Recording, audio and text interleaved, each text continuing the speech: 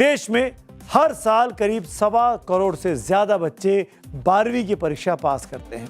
इन 1.25 करोड़ आंखों में 1.25 करोड़ सपने पलते हैं, लेकिन आज इन सपनों में को एक ऐसी दीमक लग गई है जो पूरे शिक्षा तंत्र को अंदर ही अंदर खोखला कर रही है। और ये दीमक है पेपर लीक माफिया की, जिसने हमारे देश के भविष्य को, हमारी मेधा को मंडी में सरेआम नीलाम कर दिया है।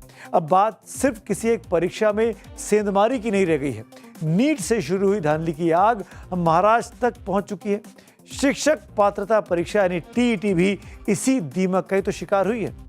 जिस सिस्टम को बच्चों का भविष्य गढ़ना था, वही सिस्टम आज दरकता दिखाई दे रहा है और इसी खोखले हो चुके सिस्टम के खिलाफ अब सड़क पर इंकलाब है। देश की राजधानी दिल्ली का जंतर मंतर छात्रों के आंदोलन का कुरुक्षेत्र बना हुआ है, जहां इंसाफ की आस में जाने माने सामाजिक कार्यकर्ता सोनम वांगचुक भी भूख हड़ताल यानी हंगर स्ट्राइक पर बैठ गए हैं। लेकिन विडंबना देखिए, जिन हुक्मरानों को इन दीमक का इलाज करना चाहिए, उनकी जुबान से हक की लड़ाई में चिलचिलाती धूप में बैठे इन युवाओं को वायरस और दहशतगर्द तक कहा गया, जिसकी आलोचना कई हलकों से की जा रही है। एमपीएससीची परीक्षा ऑनलाइन घेणाऱ्या सरकारचा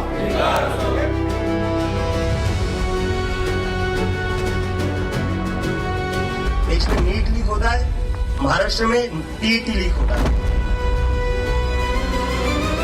इस देश में एक वायरस और कॉकरोच जैसी पार्टियां आ रही हैं, ये देश को खोखला करने वाले लोग हैं। देश के युवाओं में आंदोलन की आग क्यों भड़की है? झटका सबसे ताज़ा और सबसे बड़ा सबूत महाराष्ट्र से सामने आया। 28 जून यानी 2 दिन पहले महाराष्ट्र के करीब 6 लाख छात्र छात्राओं को टीईटी की परीक्षा देनी थी। 1728 एग्जाम सेंटर्स तैयार थे, लेकिन पुलिस की फाइलों से एक ऐसा सनसनीखेज सच बाहर आया जिसने साबित कर दिया कि पेपर लीक का यह धंधा एक राज्य का नहीं बल्कि इंटरस्टेट का सिंडिकेट।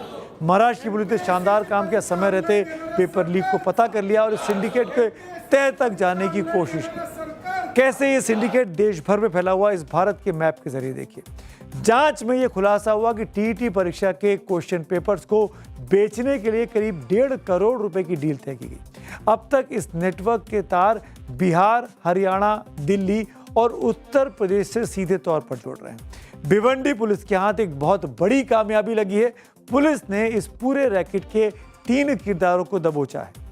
गिरफ्तार आरोपियों में बिहार के पटना का रहने वाला राजीव श्रीप्रयाग साव और आकाश कुमार स्वराज शामिल है, जबकि तीसरा आरोपी हरियाणा के पानीपत का धीरज बलराज सिंह है।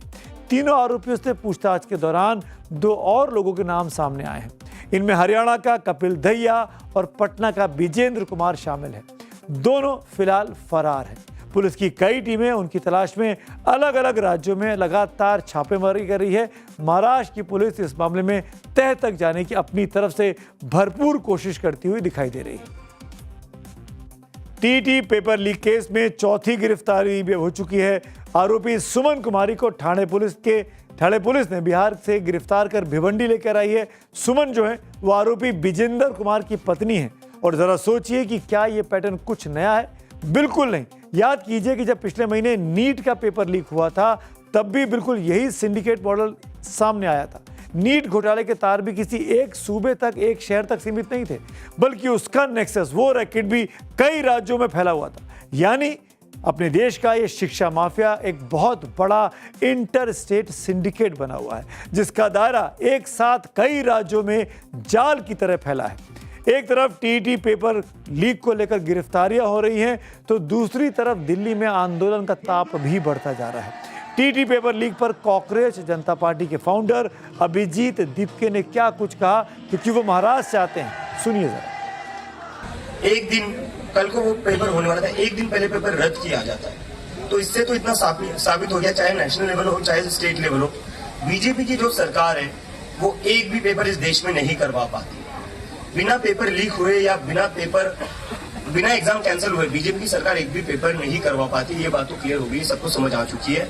डबल इंजन की सरकार, डबल इंजन जो है इनका वो डबल लीक बन चुका है। देश में नीट लीक होता है, महाराष्ट्र में टीईटी लीक होता है, और ये कोई पहली बार नहीं हो रहा है। अभिजीत दीपके यानी कांग्रेस जनता पार्टी को एक बार फिर मौका मिला है बीजेपी पर सवाल खड़े करने का। शिक्षा मंत्री धर्मेंद्र प्रधान के इस्तीफे की मांग को लेकर जंतर मंतर पर सीजेपी के आंदोलन का आज 12वां दिन है। आंदोलन ने रविवार को तब एक बेहद गंभीर मोड़ लिया था जब देश के जाने माने सामाजिक कार्यकर्ता सोनम वांगचुक, जो सरकार की मुखालफत करने में हिचकते नहीं है, वो खुद इस छात्रों की लड़ाई में उनके साथ शामिल हुए और अनिश्चितकालीन भूख हड़ताल पर बैठ गए।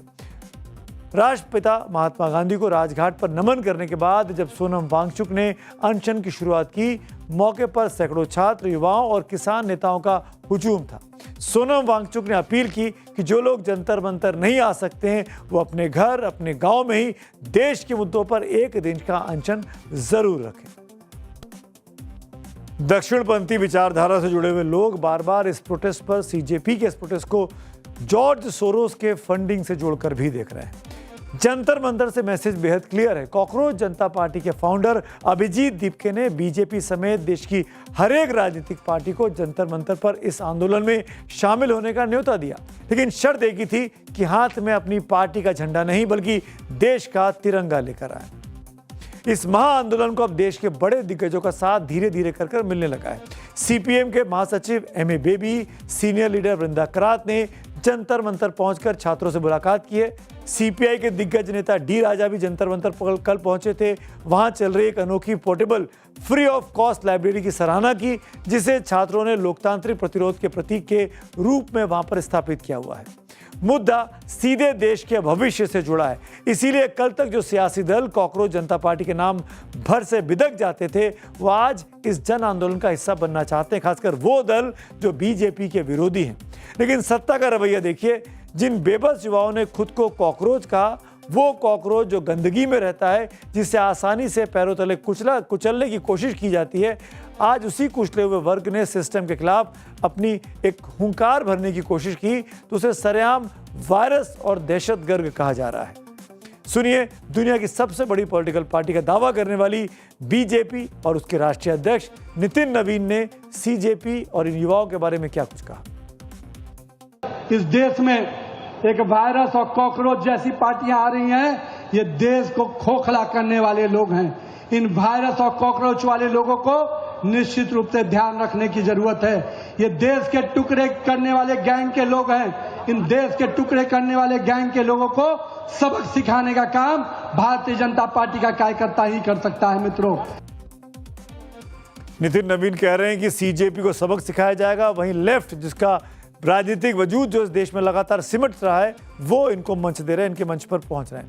आपको बताएं कि केंद्रीय शिक्षा मंत्री धर्मेंद्र प्रधान भी कॉकरोच जनता पार्टी को दहशतगर्दों की बी टीम बोल चुके हैं। धर्मेंद्र प्रधान ने क्या कहा था, ध्यान से सुनिए। इसको देखिए जरा, ग्राफिक से जरिए दिखाता हूं।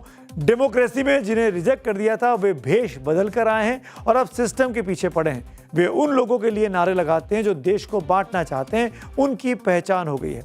दरअसल शिक्षा मंत्री धर्मेंद्र प्रधान का यह तंज हवा में नहीं था। इसका सीधा इशारा सीजेपी के फाउंडर अभिजीत दीपके और आम आदमी पार्टी के पुराने राजनीतिक रिश्तों की तरफ था। भले ही जंतर मंतर के इस मंच पर अब तक आम आदमी पार्टी का कोई बड़ा चेहरा खुलकर नहीं आया है, लेकिन सियासी गलियारों में ये बात छिपी नहीं है कि अभिजीत दीपके आम आदमी पार्टी के साथ जुड़े रहे थे, उनका सोशल मीडिया देखते थे और कॉकरोच जनता पार्टी के इस आंदोलन को आम आदमी पार्टी के बड़े नेताओं ने सपोर्ट दिया था, उनके समर्थन में ट्वीट किया था, चाहे वो मनीष हो चाहे वो अरविंद हो। इन राजनीतिक बयानबाजी के बीच गुजरात से आए एक बेबस पिता की चीख ने पूरे देश का कलेजा छलनी कर दिया। 18 जून को नीट अभ्यर्थी कहान पटेल ने आत्महत्या की थी। कहान के पिता जंतर मंतर पहुंचे और उन्होंने अभिजीत दीपके के सामने अपना जो दर्द बयान किया। राजनीति अपनी जगह है, लेकिन इस पूरे विवाद पर देश की जनता क्या सोचती है। आपको याद दिलाऊं, कुछ दिनों पहले सी वोटर, एक जानी मानी सर्वे एजेंसी, उसका सर्वे सामने आया था, हमने आपको दिखाया भी था। उस सर्वे इस बात की गवाही दे रहा था कि जनता सीजेपी के आंदोलन के साथ है। सीधे तौर पर जवाबदेही वो तय करना चाहती है देश की शिक्षा व्यवस्था को सुधारने के लिए। सर्वे में एक सवाल था कि नीट और सीबीएसई विवाद के मद्देनजर शिक्षा मंत्री को क्या इस्तीफा देना चाहिए। 66.2% लोगों ने हाँ में जवाब दिया था, यानी 2/3 से अधिक लोग चाह रहे थे कि धर्मेंद्र प्रधान इस्तीफा दे दे। हालांकि इस सर्वे के बाद 21 जून को जो नीट का री एग्जाम पूरे देश में हुआ, वो सफलतापूर्वक तरीके से शिक्षा मंत्री के नेतृत्व में संपन्न हो पाया और बच्चों को अब रिजल्ट का इंतजार है कि नीट में कितने लोग अव्वल हो पाते हैं, कितने लोग पास हो पाते हैं। धर्मेंद्र प्रधान 2021 से ही देश के शिक्षा मंत्री हैं, 5 साल से लगातार इस पद पर हैं। इन 5 सालों में देश में अलग अलग परीक्षाओं में जो पेपर लीक हुए उनका एक डेटा आपके साथ शेयर कर रहा हूं। यहां आपको बता दें कि इनमें कई परीक्षा राज्य सरकारें भी करवाती हैं, जिनमें सीधे सीधे दखल केंद्रीय शिक्षा मंत्रालय का नहीं होता है। लेकिन इन 5 सालों में जो पेपर लीक की घटनाएं हुई हैं उन पर नजर डालते हैं। राष्ट्रीय स्तर पर पिछले महीने ही पेपर लीक के पद नीट को रद्द करना पड़ा था। इस महीने दोबारा यह परीक्षा हुई है। जून 2024 में यूजीसी नेट का पेपर डार्क नेट पर लीक होने के बाद रद्द करना पड़ा था। 2023 में सीटीईटी में भी पेपर लीक का मामला आया। 2021 में भारतीय सेना की कॉमन एंट्रेंस परीक्षा नीट, यूजी, जेई मेंस के पेपर लीक हुए। पेपर चाहे महाराष्ट्र का टीईटी हो या देश का नीट, जब तक परीक्षाओं से लीक नहीं खत्म होगी तब तक इस तरह के मामले और सवाल उठते रहेंगे। ये बहुत इंपॉर्टेंट चीज़ यहाँ पर हो जाती है। और अब कार्यक्रम के आखिर में आ गया हूँ। अब बात करूंगा पब्लिक व्यूज़ की। आपके व्यूज़ हमारे लिए सबसे इंपॉर्टेंट है, वो हमको सेंटीमेंट दिखाते हैं देश का।